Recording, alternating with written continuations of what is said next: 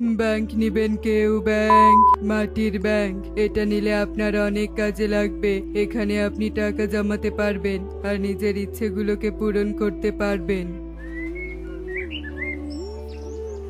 কই দেখি দেখি কেমন মাটির ব্যাংক বের কর তো দেখি। আর এগুলো কত করে শুনি? এই দেখো, এটা অনেক সুন্দর। এখানে টাকা জমিয়ে তুমি অনেক খেলনা কিনতে পারবে মাত্র 5 টাকা। কিরে মা, বাইরে কি করছিস? ও, ব্যাংক। এটা নিয়ে তুমি কি করবে?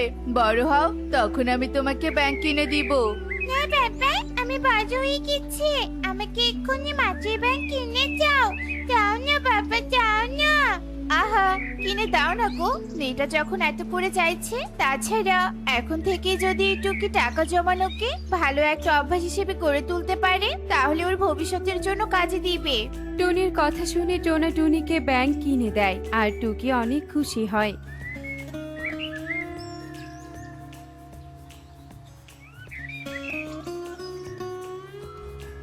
জানিস বাইজন, কালকে আমার বাবা আমাকে একটা মাটির ব্যাংক কিনে দিয়েছে। আমি সেটাতে এখন থেকে অনেক টাকা জমাবো আর মা বাবাকে অনেক সাহায্য করব। আমিও তাহলে মাকে বলবো আমাকেও একটা ব্যাংক কিনে দিতে। আমিও টাকা জমাবো। ঠিক আছে, তুই থাক, আমি বাড়িতে গিয়ে মাকে বলবো। মা, মা, আমাকে একটা মাটির ব্যাংক কিনে দাও না মা। জানো, টুকির মা টুকিকে একটা মাটির ব্যাংক কিনে দিয়েছে। টুকি সেখানে টাকা জমায়। ও আচ্ছা, এই জন্য আমার মেয়েটা আমার কাছে ছুটে এসেছে এটা বলার জন্য। কিন্তু এটার কি দরকার? আমাদের কাছে যেটুকু টাকা আছে তা দিয়ে আমরা আমাদের নিজেদের প্রয়োজন মতো খরচ করব আর সুখে থাকবো। টাকা জমিয়ে কি লাভ বলতো? একদম ঠিক বলেছো। প্রতিদিনের টাকা দিয়ে আমরা প্রতিদিন অনেক মজার মজার খাবার খাবো আর ঘুরে বেড়াবো। ভবিষ্যতের জন্য এখনই চিন্তা করে কি করব? তাই এখন শুধু আমরা চিন্তামুক্ত থাকবো আর মজা করে বেড়াবো। আমিও তাই করি, টাকা না জমিয়ে নতুন নতুন খাবার খাই আর অনেক সুন্দর সুন্দর জামা কাপড় কিনি। এটা ঠিক না। আমাদের সবারই উচিত টাকা জমানো। এতে করে যদি আমরা হঠাৎ কোনো বিপদে পড়ি, তাহলে সেই জমানো টাকা আমাদের বিপদ মোকাবেলার সাথে হবে। কেউ টুনির কথায় গুরুত্ব না দিয়ে চলে যায় আর টুনিও চলে যায়। আমার মাটির ব্যাংকে অনেক টাকা জমা হয়েছে জানো মা।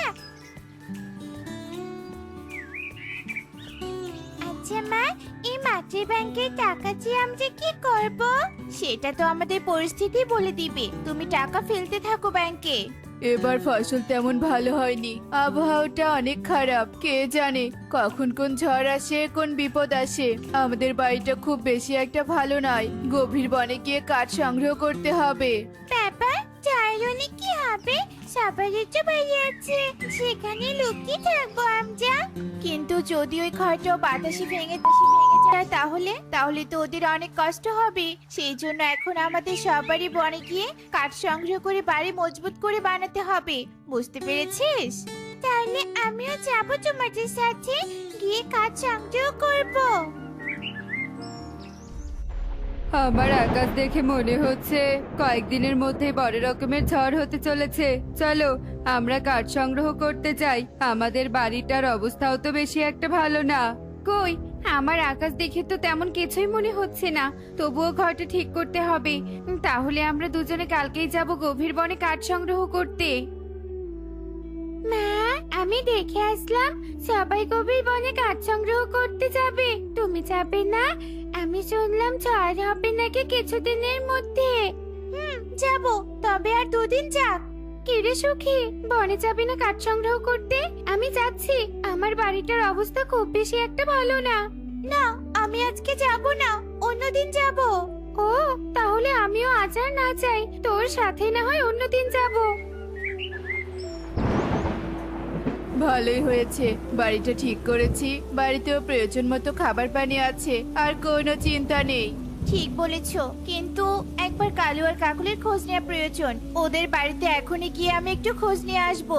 ওরা কেমন আছে দেখে আসবো। টনি, বাড়িতে আছিস? একটু বাইরে আয় তো। আরে কাকুলি, আমি তো এখনই তোদের বাড়িতে তোদের খোঁজ নেওয়ার জন্য যাচ্ছিলাম, তাই বৃষ্টির মধ্যে ভিজে ভিজে এখানে আসার কি কারণ? কিছু কি বলবি? আসলে আমাদের বাড়িতে খাওয়ার মতো কিছুই নেই, আর টাকাও নেই যে খাবার কিনে খাবো। তাই তোর কাছে এসেছে খাবার চাইতে। একটু খাবার থাকলে দে না রে। আচ্ছা ঠিক আছে, খাবার দিচ্ছি। এরপর টুনি কাকুলিকে খাবার দেয়, আর কাকুলি সেখান থেকে আর সেদিন রাতে প্রচন্ড ভয়াবহ আকারে একটি ঝড় হয়। ঝড়ের কারণে পুরো বন লণ্ডভণ্ড হয়ে যায়, গাছপালা ভেঙে পড়ে, বনের পাখিদের ঘর বাড়ি ভেঙে যায়। আমাদের বাড়ি তো মনে হয় এক্ষুনি ভেঙে পড়বে দেখছি। ওগো, আমার যে খুব ভয় করছে। যদি আমাদের ঘরটা ভেঙে যায় তাহলে আমরা কি করব? কোথায় গিয়ে আশ্রয় নিব? তোমাকে আমি বলেছিলাম যে চলো আমরা বনে গিয়ে কাঠ সংগ্রহ করে নিয়ে এসে মজবুত বাড়ি বানাই, কিন্তু তুমি আমার কোনো কথাই শোনোনি। এখন আমি জানি না আমরা কি করব, কোথায় যাব এই বৃষ্টির মধ্যে। ওগো, এভাবে বলো না, আমার অনেক ভয় লাগছে।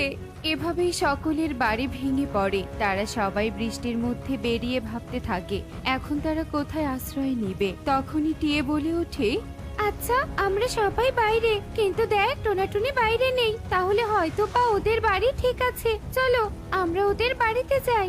এরপর তারা সবাই টোনাটুনির বাড়িতে যায় আর টুনিকে ডাকতে থাকে। টুনি, টুনি, বাড়িতে আছিস? বাইরে আয় তো। একি, এই ঝড়ের রাতে তোরা এখানে?